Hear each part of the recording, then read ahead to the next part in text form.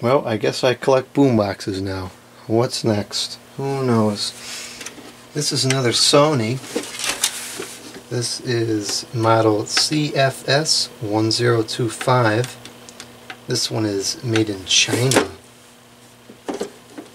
And I don't see a date code on this thing. But it's got the cassette still, so it's got to be relatively old. No CD. This unit was used quite a bit.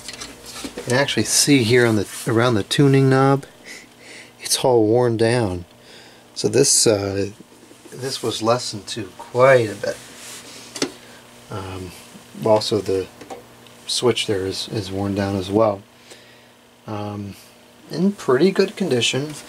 The right speaker here has a dent in it, and that can probably be relatively easily fixed. I believe these come apart and you can just bang that back out to what it should be.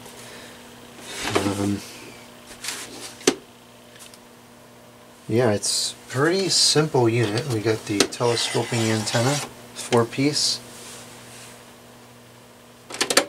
The cassette player, I'm sure the belts are no good, but we'll give it a shot anyways. Headphones out, microphone for recording. Here's that lovely tone control thing, which I like so much. Let's see if there's anything notable in the back here. Not really. We got the classic detachable speakers, cord wrap here, which is for whatever reason not being used. This takes, oh, we gotta get those out of there. This takes 6 D batteries. Again, that's D as in don't tell me it takes C's. And these are gonna come out of here right away before this turns into a leaking freak show. I didn't even realize it was in here. I would have taken those out a long time ago. These expired in 2014. So those are don't have any charge left to them. Looks like there's absolutely no corrosion. That's good. What a pleasant surprise.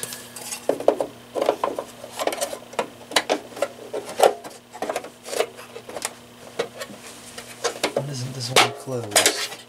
There it goes. Alright, so now that we've diverted some alkaline leaking freak shows, let's go ahead and plug this in and see if it works.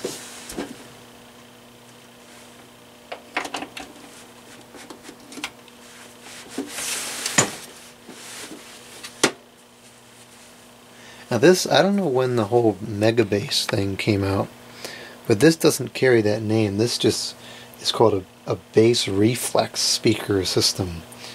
So I don't know, maybe somebody can give me the date of this. I would guess maybe it's an 80s unit. So let's see if the cassette wants to play.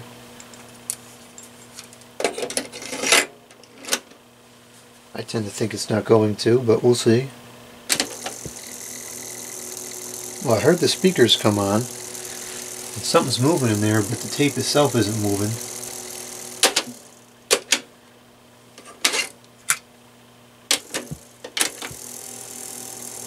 Yeah, it sounds like the belts are slipping.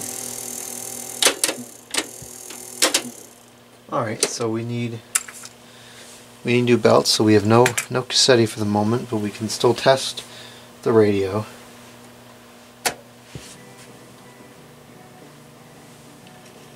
Now I have a station set up on 88 megahertz playing what I believe is royalty-free music. So we'll listen to that and hopefully not get a copyright freak show. This needs to be deoxidized a bit.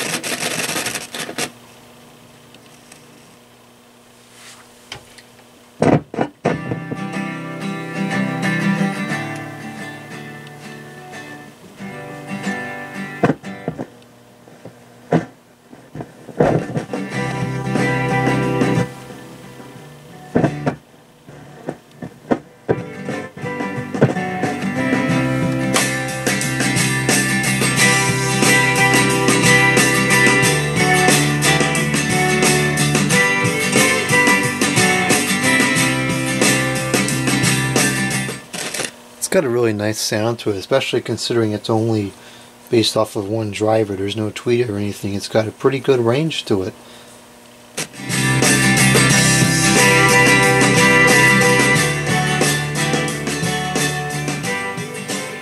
And of course we got this thing, which I think is worthless.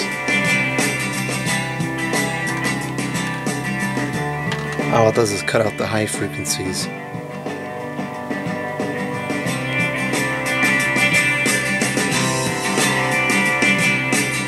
Probably won't get many other frequencies because we're downstairs, but we'll give it a try.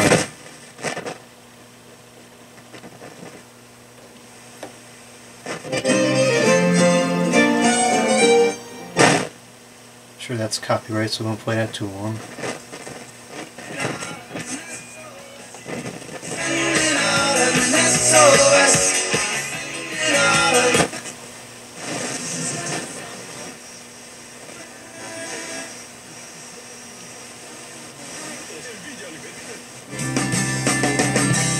I don't know why it's doing that. I mean, perhaps my transmitter is just a piece of junk and it doesn't transmit on the same frequency, but this happened on other radio too.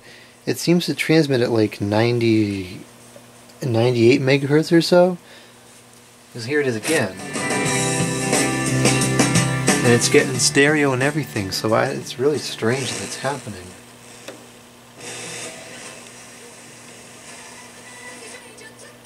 And it's overpowering what's usually on 99.1 megahertz, so it's something weird going on with that transmitter.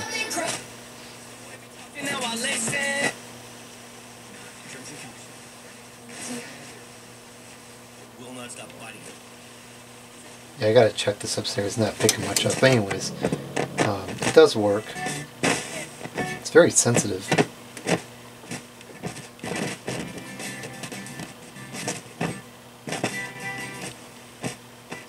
Very sensitive. Oh my goodness.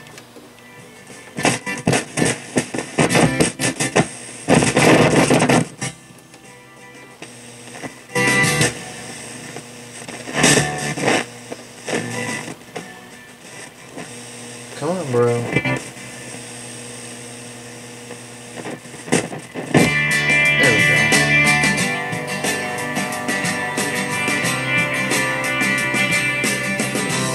Alright, well that works except for the tape, so I'll have to get a set of belts and get that replaced. Clean it up a little bit. It's pretty dusty, but other than that, this is a good radio.